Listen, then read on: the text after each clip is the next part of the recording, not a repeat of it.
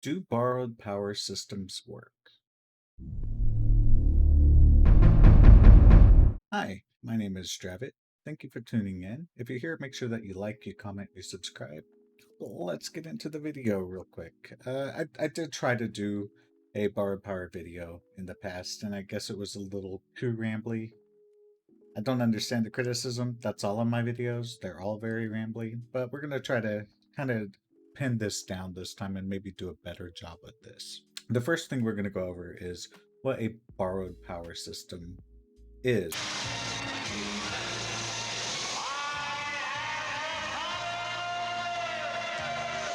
So, at its core, borrowed power is something as simple as a trinket. It has like an on use ability or some sort of proc, some random ability that is something above and beyond uh, your skills that you use and the stat increases that you get based on your regular stats, your main stats like your intellect, if you're a caster, and then your secondary stats depending on what it is. Like if it's mastery or haste, it's really good for you. So something beyond your stats, something that you get generally through your gear, something beyond the spells that you're casting. So, for instance, I have a trinket that does shadow damage, and I'm a druid, but I never do shadow damage.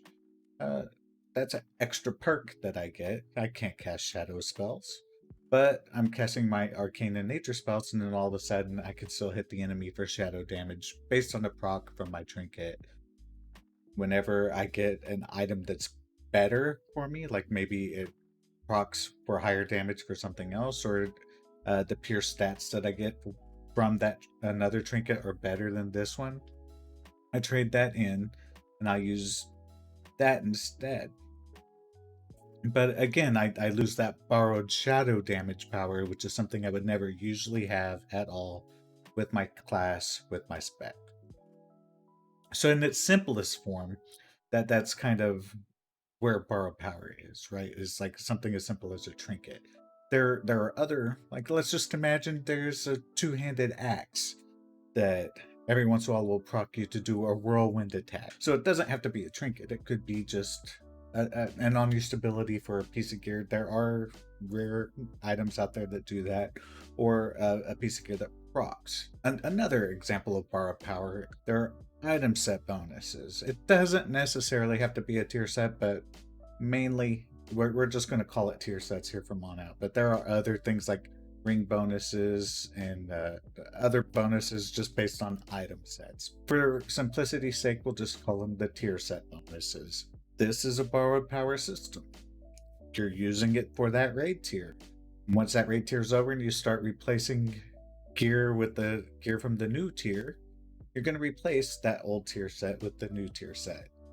In some cases, you can play funny games and have like a 4-piece and a 2-piece, or a 2-piece and a 2-piece, or there's all kinds of crazy things. Blizzard hates it when you do that. I don't know why. You should be able to do what you like and have fun and feel like you're doing something really cool that others may not be doing. But regardless of the fact, the main idea is it's a power that I have and a special ability that I have where it procs a certain thing, or it boosts damage, or does something else for essentially a the length of a tier, and then I go on to the next tier set, which is another set of bar power. But there's that natural progression, or not even progression, but naturally I wean myself off of that borrowed power. I don't feel like I'm losing something when I move on to my next item upgrade, or eventually, like, even if I don't have a tier set bonus, the item level goes up so high that I prefer to have the higher level item level with, the raw stats on them, and that does more damage for me than the borrow power did before. So that's another example of the borrowed power system, in my opinion, working well. Borrowed power, again, that when we're looking at, say, Miss Pandaria and Warlords of Draenor, with their particular iteration of borrowed power with the awesome item at the end of an expansion, right? You kind of work your way through an item progression that makes your item more and more powerful, more and more useful, and more utility to that item as you level up. By the end of the expansion, it does something awesome. But the cloak, it had a proc that would just throw out a flurry of, as a hunter, throw out a flurry of arrows. In Warlords of Draenor, the ring had a ability that, and the more people that had the ring, the greater it was.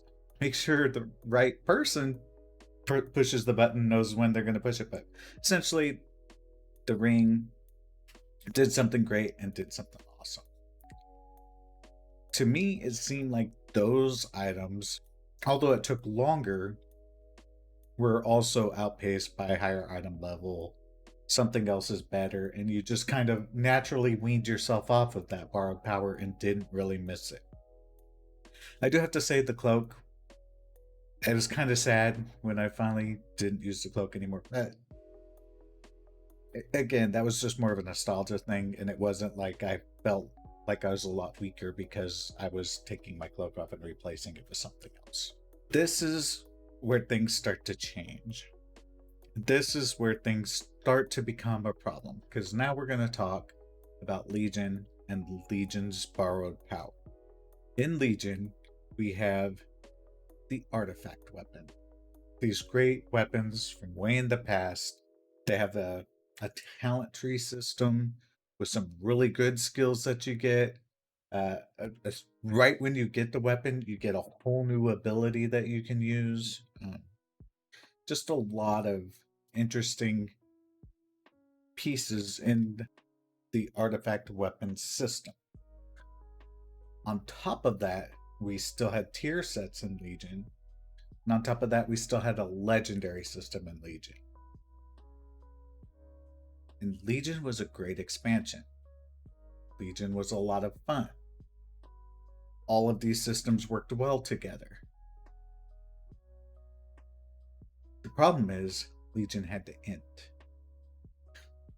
That's the problem. Legion had to come to an end, and we had to go on to a new expansion. I think they had to pull out all of the stops in Legion to get people to come back in and start playing. So I really feel that it was important that they did this, and they took a risk and they took a chance, and that's fine. And I understand why the developers of Blizzard decided to do this. The problem with Legion is they felt like they had to keep on doing this major system overhaul and this major borrowed power philosophy when they decided to go on to BFA. Which makes sense because it worked before, so let's try it again. And at the time, sure, let's go ahead and give that a shot. There should have been some hints in alpha and beta. We don't want to kind of remake the wheel here, but there were signs early on that things weren't quite going well. And if you did play BFA, especially at the launch, you get in and things are all right when you start playing BFA. We'd already lost our artifact weapons during the pre-patch for BFA, so I'd kind of gotten over not having the artifact weapon anymore and not having my new moon anymore. But our legendaries were still working, so they had the legendaries were so good they had to turn them off when you got to level 117. I want to say it's level 117. If I'm wrong, shoot me, it's fine. But somewhere around level 117 in BFA. The way that Azerite power worked in trying to turn on traits on your Azerite armor that they gave you, which is your new borrowed power system, was janky because I could get a new piece of gear and not have a high enough Azerite power to use that piece of gear. It wasn't well thought out. It wasn't well planned out. The design was awful and horrible from the start. The talents were okay. In the end, I think I used the same 2 talents throughout the whole expansion. If I'm telling the truth, I just looked for the same 2, and if they were there, I used them. But so a system that they tried to make that was really cool, it didn't work. And the biggest problem we have is losing all of our borrowed power from Legion made BFA feel really bad. You were really strong, and then you come into this new system and you're really weak. The good thing is I was able to use my legendary up to 117, but once you hit that part where your legendary items stop working, you really took a power hit, and you could feel it. That's the crux of the problem. It's not that borrowed power systems are bad. I went through borrowed power systems, kind of describing the evolution of what borrowed power is, how borrowed power works, how we can easily and naturally wean ourselves of that off of that borrowed power. The problem is when you have to cut people off, right? It's like you're just saying, nope, you can't do that anymore. You just can't. I don't want you to. I want you to use the new thing. So there's no natural choice that the player makes themselves that, hey, I don't want to use that particular piece of borrowed power anymore. I want to use this, be it just regular gear or uh, regular stats and skills. And in BFA, their initial borrowed power system was so bad they had to create a new one. And the new one, the Essence system, actually worked out quite well. So that's a good idea of that. Good on them for taking the borrowed power system that wasn't working, which was the Azerite system, and fixing that with one that did, which was the Essence system. I think that worked out great. Again, they're going to have the same problem going into Shadowlands. You have to take these borrowed power systems away, and so you're going to feel like junk right when that new expansion starts and try to work your way up. That's the inherent problem with the way they're creating these borrowed power systems nowadays. And again, it's not that borrowed power is bad. I don't know how many times I'm going to say that in this video. Borrowed power is not bad. The way Blizzard is doing it nowadays is bad. They shouldn't have to cut you off of the borrowed power. You should decide yourself you don't want to use that borrowed power anymore. If they can do it that way, the borrowed power system they're using is working. It's that simple. Going into Shadowlands, they're trying to create multiple borrowed power systems. I don't know why they feel they felt they had to do this again. You'd think they would have learned from the transition of Legion to BFA. When you're cutting people off of the borrowed power, they don't get to wean themselves off of it naturally. That's bad. You're taking away player agency, you're taking away their choice. People like to make decisions for themselves. Why is this a problem? Why is this even bad? Why am I even discussing it? When people don't get to choose when they want to get rid of the power or not, that takes away their choice and their agency, yes. But also, why are you spending so much time on this? Why on earth are you spending so much time on this? Why spend so much time on these systems that are inherently hard to balance? Very difficult, very hard to balance. Even tier sets are hard to balance. The good thing about tier sets is they only last for one tier, give or take one tier. And if you mess it up, it's one tier. You can get over that. When you're dealing with a system that's supposed to last the whole expansion, if your balance is wrong, you're in a bad place. You're in a very bad place, and it's the way they have systems stacked on top of systems on top of systems. They're going to have a very hard time of getting everything balanced and working, and just wasting time on these systems when what players want. Players, I'm trying to think of the last time a player said, hey, I want a super complicated system. I think the big outcry for since Warlords of Draenor was, I want a lot of content. Let's pretend that we only had like one extra talent for every class, one extra skill that they can use, or one for every spec, for God's sakes. They're making 4 for every class as it is. They could have given every spec a new spell.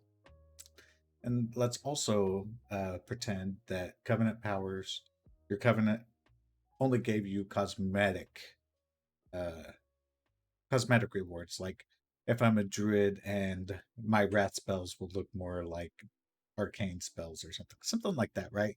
Something with flavor. If I'm a night fae, it's more arcane. I don't know. The way I cast my spells were just more flavorful based on my covenant choice, as opposed to power based for my covenant choice. How much more freedom would the developers have, not trying to balance all of that out and just concentrate more on content and more things I could do with my character in the world, as opposed to with my character in some sort of screen. I don't want to play with spreadsheets. EVE Online is already spreadsheets in space. I don't need spreadsheets in Stormwind or Ogrimmar, right? Wherever I'm at. Orbos. I don't need that. I need to kill bosses, get gear, use that gear, kill bigger bosses, get better gear. That's what I need. It's a frickin' MMO. That's what I want. I want a lot of content. Legion gave me a lot of content.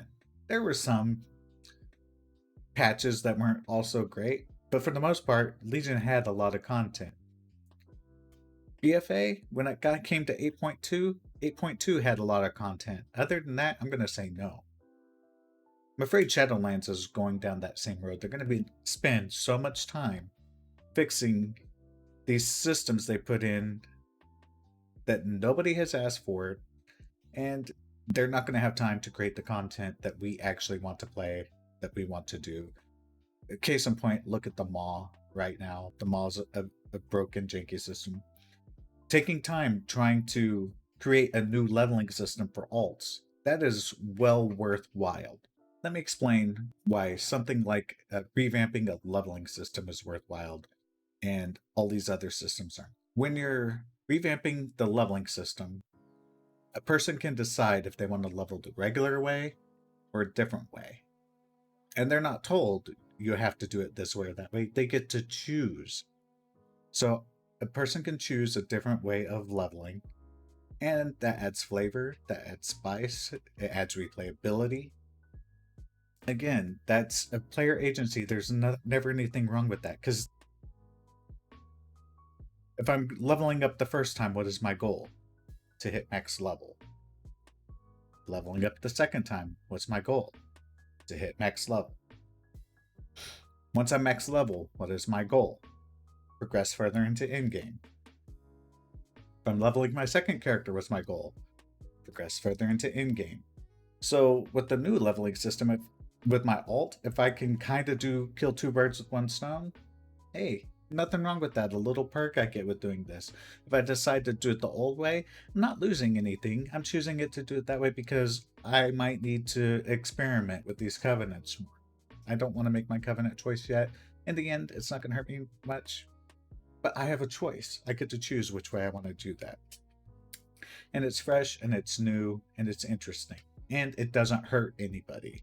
So I'm not locked into doing my leveling one way or the other. I can choose. When you're dealing with all of these systems, that's not content. I have no other way to say it. It's not content. It's restrictive, and it limits choice. Again, if you're watching, make sure that you like, you comment, and you subscribe.